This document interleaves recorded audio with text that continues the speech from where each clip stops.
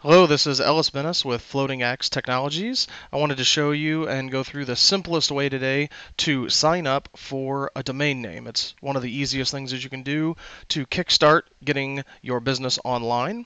You can find us at floatingaxe.com. You've got my contact information here, and we'll dive right in. First, you just have to go to the website domains.google.com. If you already have a Gmail account, that's best. You'll come here. You can see we're already signed in as our Gmail account, and all of the domains that you purchase will be handled under that Gmail account, which means you should always get notifications whenever domain name things come up for renewal because you have to pay for them every year or however many years you pay out in advance. I always just do 1 year. And that way you know, since it's tied to that Gmail account, you don't have to remember any other passwords or anything like that. Real quick, you might ask, why do I use Google Domains over anybody else? Mostly it's because of the fact that they're much less expensive, and then Google Domains also gives you several things for free that other domain registrars charge you extra for. For example, the most basic one is domain privacy.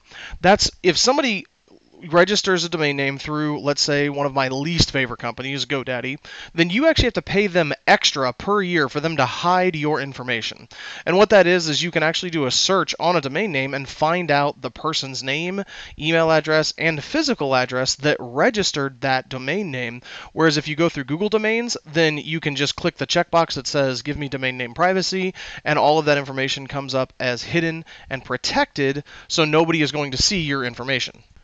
I'll even show you how that looks. So where we're going to go is go to get a new domain name, and then this is just like Google, a big search box that says this is the domain name that I'm going to want to find. So I'm going to start off with floatingaxe.com. Obviously I know that's taken because it's my domain name, and you'll see here floatingaxe.com is already registered.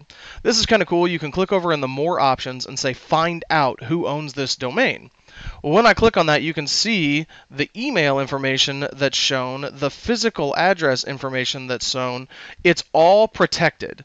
So this prevents anybody from being able to find my name, my actual email address, my physical mailing address. And again, like I said, most other registrars actually charge you for this service, whereas Google gives it for free.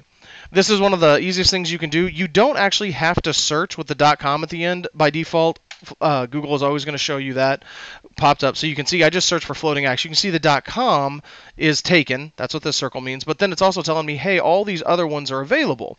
So .net, .org, .info, .us. Now, there are a ton of other what we call domain extensions, and that's the little .net, .org. But there's a bunch of them out there now. You can scroll down this list. These are just a few of them. And then you can come over here and click on all endings, and you'll see what all of those are. You can sort them by the relevance. You can sort them A to Z. So you can see they've even got stuff like floatingaxe.academy, right? So if you're doing something, it might make sense. For example, I've got a few people that they know they have .agency, right? And then you can see the cost per year out here to the side. This seems a little mean, but .accountants is $120 per year, right? Then you can also sort them by price, and then that'll let you see like .fr, which is actually French. That's $10 per year. My advice is always try to get the .com if you can, but if you wind up having to go with like a long .com domain address, then a lot of times I have my clients register a much shorter domain name with one of these alternate extensions. So that's just one of the different options. You can have more than one domain. I'm not going to go through the whole process of how you set that up with this video, but we can in a future. And what you can do is you have one primary domain name, and then you can have multiple other domain names that actually point to that domain name. That can actually be a really good marketing strategy. You could even use different domain names in different locations and see which one gets searched for the most and things like that. But for now, we're just going to focus on buying a simple domain name. So I made my search, Floating Axe. If I come back over here to the results, it shows me the most common ones. It's like, okay, well, the .com is taken. That's okay, not a big deal. I'll also do an entire other video on how do you choose the best domain name for you, but again, I don't want to go outside of the scope. So I'm going to say for now, okay, I want to do the .net. You know, it's $12 a year. I can see, very simple, and I'm going to say add this to my shopping cart. It's going to say, hey, it's in your cart, and then you're going to see it up here. I'm going to pop up here, We're going to come in. You can see floatingaxe.net. You're going to see all the information. It's going to cost me $12 per year. You don't have to do the custom email unless you want to. This is actually pretty expensive by comparison of the way that we normally have people set them up. And the way that we normally do that is we use a really inexpensive shared hosting plan. Then you can set up forwarders for your email address and use a Gmail address to use that custom domain. Again, that's a topic for another video that will be coming soon. If you already have your credit card information in here, then you can go ahead and pop in and click checkout. You can see privacy protection is on, auto renew is on. That just means that on October 9th, a year from now, it's automatically going to charge me this $12 per year again. Not a big deal. If I click checkout, it's going to bring me to this next process. Now, I don't have all of my information in here now, but obviously all you're going to do here is enter in all of your billing information, all of that jazz. But again, because you click domain privacy on the last screen, you do not have to worry about this being made visible to the public. The last thing you'll do is review the purchase, you'll buy it, and then this domain name will show up in your Google Domains listing. Currently, I'm signed into an account that doesn't have any registered. Let me switch over to one that has multiples, and I'm going to show you what the screen looks like that you can start editing things.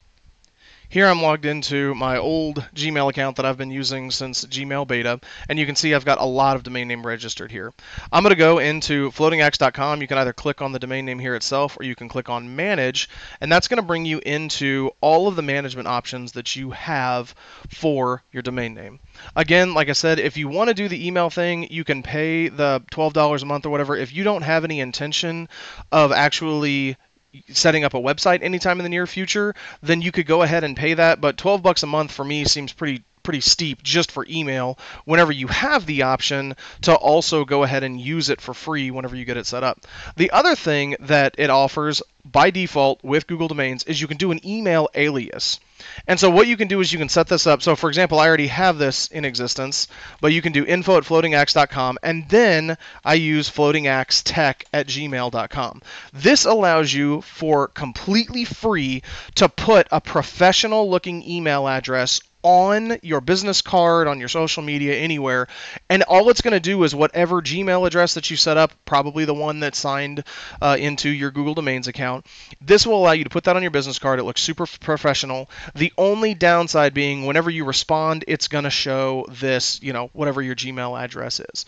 But at least you can do this for now, and then you can always level up later. Again, I'll tackle some of this stuff in a future video. What we can come back over here, let's say you don't have any sort of a website yet. From this overview, the other thing that you can do is you can forward this domain name to another website.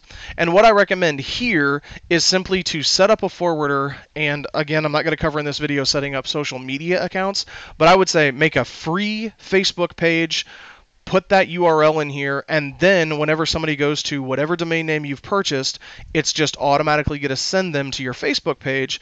Then, whenever your new website is built and ready, maybe you're looking for a good contractor to do that, Floating Axe Technologies will handle that for you.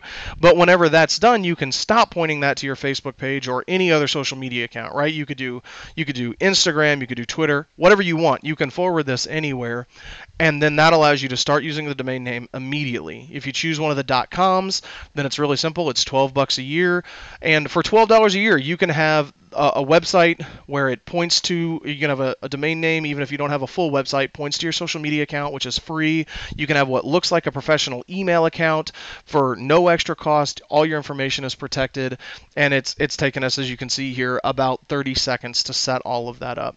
If you have any questions, please don't ever hesitate to contact us, info@floatingaxe.com, or get in touch with even Google that has their own support. But we're here. We'd love to help you. Otherwise, best of luck on your venture, and let us know whatever you sign up with and whatever new websites you're launching, because we'd love to support new businesses starting out.